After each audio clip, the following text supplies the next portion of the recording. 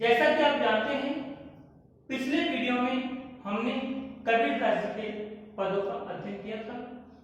आज हम संत वाणी के खंड में तुलसीदास के जीवन परिचय का अध्ययन करने जा रहे हैं। जन्म तुलसीदास जी का जन्म 1532 ईस्वी में हुआ, मृत्यु सन 1623 ईस्वी में हुई। उत्तर प्रदेश के बांदा जिले के राजापुर गांव में जन्मे तुलसीदास का बचपन अत्यंत कठिनाइयों में बीता। तुलसीदास जी का जन्म अत्यंत कठिनाइयों में बीता क्योंकि बचपन में ही उनकी मां और उनके पिता का देहांत हो चुका था। क्योंकि उन्होंने जो अशुभ ग्रह मुझे माना जाता है, मूल नक्षत्र में उनका जन्म हुआ था। कष्टों के दौर से गुजरकर उन्होंने गुरु नरहरियानंद व शेष सनातन से शिक्षा ग्रहण की।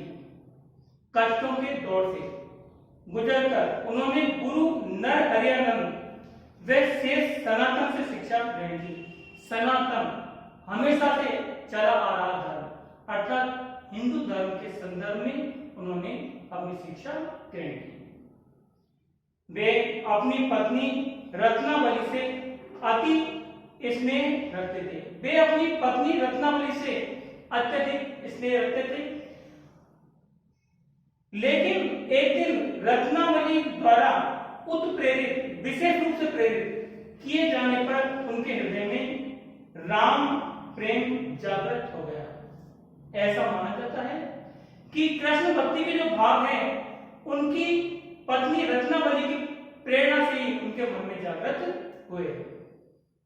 विद्वान लोग ऐसा कहते हैं कि वो पत्नी के मोह में अत्यंत आसक्त थे। उनको उनकी आसक्ति को राम भक्ति के चरणों में लगाने के लिए उन्होंने एक बार उन्हें डांटा, फटकारा और उनके संदर्भ में ये दोहा प्रसिद्ध है कि अस्थि चर्म में देह हम, तामे ऐसी प्रीत जो होती श्री राम में मिट जाती भव भीति। कि मेरे हाड़ और मांस के शरीर में इतना अगर प्रेम करते हो, इतना अगर आप प्रभु राम से करते तो आपके सारे दुखों का अंत हो जाता। फिर तब उनके मन को गहरी चोट लगी और तभी से वे उन्होंने राम की जो भक्ति है वो करना आरंभ कर दिया। तुलसीदास ने अवधी तथा ब्रज भाषा में कई ग्रंथों की रचना की। अवधी अयोध्या के आसपास के क्षेत्र में जो भाषा बोली जाती है वह अवधी भाषा कहलाती है। रामचरित मानस उनकी कीर्ति का आधार ग्रंथ है। सबसे ज्यादा ख्याति उन्हें उनके ग्रंथ रामचरित मानस के द्वारा ही मिली है। इसलिए रामचरित मानस को उनका ख्याति ग्रंथ माना जाता है। ख्याति माने मान, सम्मान और नाम को रोशन करने वाला ग्रंथ। अन्य प्रसिद्ध ग्रंथों में विनय पत्रिका, कवितावली, दोहावली, गीतावली, कृष्ण गीतावली, बलवीर रामायण तथा राम लला नेचु प्रमुख है। ये उनके प्रमुख ग्रंथ माने जाते हैं। तुलसी के काव्य में समन्वय की भावना सर्वोपरि है। समन्वय, सबको साथ लेकर चलने की भावना, लोक मंगल की भावना, लोक कल्याणकारी जो भावना है वह उनके काव्य की प्रमुख देन है। उन्होंने अपनी रचनाओं के माध्यम से आदर्श समाज की जो कल्पना प्रस्तुत की है, अपने काव्य ग्रंथ के माध्यम से उन्होंने आदर्श समाज की कल्पना की है। आदर्श समाज, उन्होंने रिश्तों के मध्य जो आदर्श है उन आदर्शों को अपने ग्रंथ रामचरितमानस में स्थापित किया है।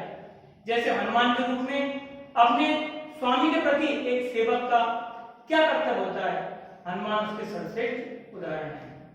एक पति के प्रति क्या फर्ज होता है कि सारे सुख दुख और राष्ट्रीय वैभव को छोड़ करके वो 14 वर्ष राम के लिए वन में चली गई। तो एक आदर्श पत्नी का आदर्श स्थापित किया है। आदर्श पुत्र का आदर्श उन्होंने स्थापित किया है कि एक बार पिता के कहने मात्र से वो 14 वर्ष को बिना सोच समझे वन में चले गए। एक आदर्श भाई का उन्होंने आदर्श इस ग्रंथ में स्थापित किया है कि एक भाई जिसको वनवास नहीं हुआ था, लेकिन अपने भाई से प्रेम रखने के कारण वो सब कुछ त्याग करके लक्ष्मण जी उनके साथ में वन में चले गए। एक भरत जैसा भाई जिन्होंने राजा होते हुए भी राज सिंहासन पर वो 14 वर्ष तक नहीं बैठे, सिर्फ उसकी हिफाजत करते रहे और चटाई पर वो सोए और उन्होंने त्याग में अपना जीवन व्यतीत किया। ऐसा आदर्श और ऐसा उदाहरण संसार में मिलना अन्यत्र दुर्लभ है। उनकी अपनी रचनाओं के माध्यम से आदर्श समाज की जो कल्पना प्रस्तुत की वह कभी अप्रासंगिक नहीं हो सकती, अप्रासंगिक नहीं हो सकती, वो प्रसंग के अनुसार है, अर्थात ऐसा उदाहरण संसार में दूसरी जगह नहीं मिल सकता है।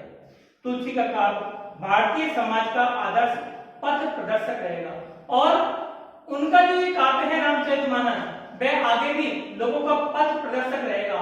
पथ में रास्ता प्रदर्शक में दिखाने वाला, लोगों को रास्ता दिखाता रहेगा और उनमें जो संस्कार है, उदाहरण है, वो हमेशा हमेशा युगों युगों तक रामचरितमानस के उदाहरण लोगों को दिए जाते रहेंगे। पुस्तक में संग्रहित तुलसी के दोहे मानवता की सीख देते हैं। मानवता, इंसानियत, भाईचारे की सीख हमें तुलसी का काव्य देता है। काम क्रोध आदि दुर्गुणों से दूर रहना चाहिए। काम क्रोध आदि, काम का मतलब सांसारिक इच्छाएं, सांसारिक इच्छाओं में अधिक उलझे रहना नहीं चाहिए। हमें ईश्वर के बारे में, धर्म के बारे में भी विचार करना चाहिए। क्रोध आदि दुर्गुणों से दूर रहना चाहिए। क्रोध से विवेक नष्ट हो जाता है, बुद्धि नष्ट हो जाती है और बुद्धि नष्ट होने पर मनुष्य निर्णय लेता है, वो निर्णय गलत लेता है। क्यों? कि बुद्धि उसकी भ्रष्ट हो जाती है, विवेक शून्य हो जाता है। इसलिए क्रोध पर संयम रखने की उन्होंने सीख दी है। मानव जीवन की सार्थकता परमार्थ में है। तुलसीदास ये कहना है, मानव जीवन की सार्थकता परमार्थ में है। परमार्थ का मतलब दूसरों की भलाई, दूसरों की भलाई करने में ही मानव जीवन की सार्थकता या सफलता बताई गई है। क्योंकि मैथिली पुत्र ने भी कहा है, वही मनुष्य है जो मनुष्य के लिए मरे, हुई नहीं हो सुमृत्यु तो वृथा जिए वृथा मरे। अगर हम अपने स्वार्थ के लिए अगर जिएंगे केवल, तो वो भी कोई जीना नहीं है। वास्तव में जीवन वही है जो हम परमार्थ के लिए जिए, खुद के लिए तो जिए लेकिन परमार्थ के लिए भी जिए, लोगों का भी हम भलाई करते रहेंगे। मनुष्य अच्छी संगति से अच्छा और बुरी संगति से बुरा बन जाता है। मनुष्य जैसी संगति करेगा तो वह वैसा ही बन जाएगा। तो इस पाठ में तुलसीदास ने हमें अच्छी संगति करने की भी सीख दी है, जिनका अध्ययन हम आगे आने वाले दो में करेंगे। सबसे हिलमिल चलना चाहिए। उन्होंने कहा है, अच्छे या बुरे जैसे भी मनुष्य हो, सभी के साथ में हमें हिलमिल कर भाईचारे के साथ में चलना चाहिए, रहना चाहिए। जैसा कि किसी कवि ने कहा भी है कि सबसे हिलमिल चाहिए नदी नाव संयोग। वक्त प्रतिकूल हो तो मौन रहना ही श्रेय का है। अगर वक्त, हमारा समय प्रतिकूल हो, विपरीत हो हमसे, तो उस समय चुप रहना ही अच्छा होता है, क्योंकि उस समय हमारे सुनने वाला कोई नहीं होता है। बुरे समय में और बुरा समय आने पर, बुरे समय में धीरज, धर्म, विवेक, बुद्धि, साहित्य, साहस, सत्यव्रत व परमात्मा पर भरोसा रखना चाहिए। उन्होंने कहा है कि बुरा समय आने पर धीरज, मन में धैर्य रखना चाहिए, क्योंकि हमारे मन में अगर धैर्य है, दृढ़ संकल्प है, तो हम बड़ी से बड़ी कठिनाइयों पर विजय प्राप्त कर सकते हैं। विवेक, और जब हमारे ऊपर मुसीबत आए, बुरा समय आए, तो हमारे विवेक, बुद्धि है, उस बुद्धि पर संयम रखना चाहिए, हमें विचलित नहीं होना चाहिए। अगर हम ऐसे समय पर विचलित हो जाएंगे तो जो हम और ज्यादा गलत काम करते चल जाएंगे और हमारे काम बिगड़ते चल जाएंगे। साहस और आने वाली जो मुसीबतें हैं उनका साहस के साथ में हमें सामना करना चाहिए, मुकाबला करना चाहिए। सत्यव्रत, सत्य पर दृढ़ रहना चाहिए और सत्य पर चलते हुए हमें अडिग रहना चाहिए, उससे उस रास्ते से हमें विचलित नहीं होना चाहिए। परमात्मा का भरोसा रखना चाहिए। और परमात्मा एक ईश्वरीय शक्ति है जो व्यक्ति के को प्रेरणा देने का कार्य करती है। तो अगर हमें हमेशा परमात्मा पर विश्वास रखना चाहिए, क्योंकि हमें परमात्मा पर अगर विश्वास होगा तो हम हमारे जो बिगड़े हुए काम है वो भी धीरे धीरे करके सुधरने चल लग जाएंगे और हमको आगे चल करके सही दिशा मिल जाएगी। प्रिय विद्यार्थियों, आज हमने पाठ्य पुस्तक सृजन के प्रथम अध्याय संत वाणी के खंड में तुलसीदास जी के जीवन परिचय के बारे में अध्ययन किया। अगले वीडियो में हम तुलसीदास के दोहों के बारे में अध्ययन करेंगे। यदि आपको ये वीडियो पसंद आया हो तो इसे लाइक, शेयर और चैनल को सब्सक्राइब करें।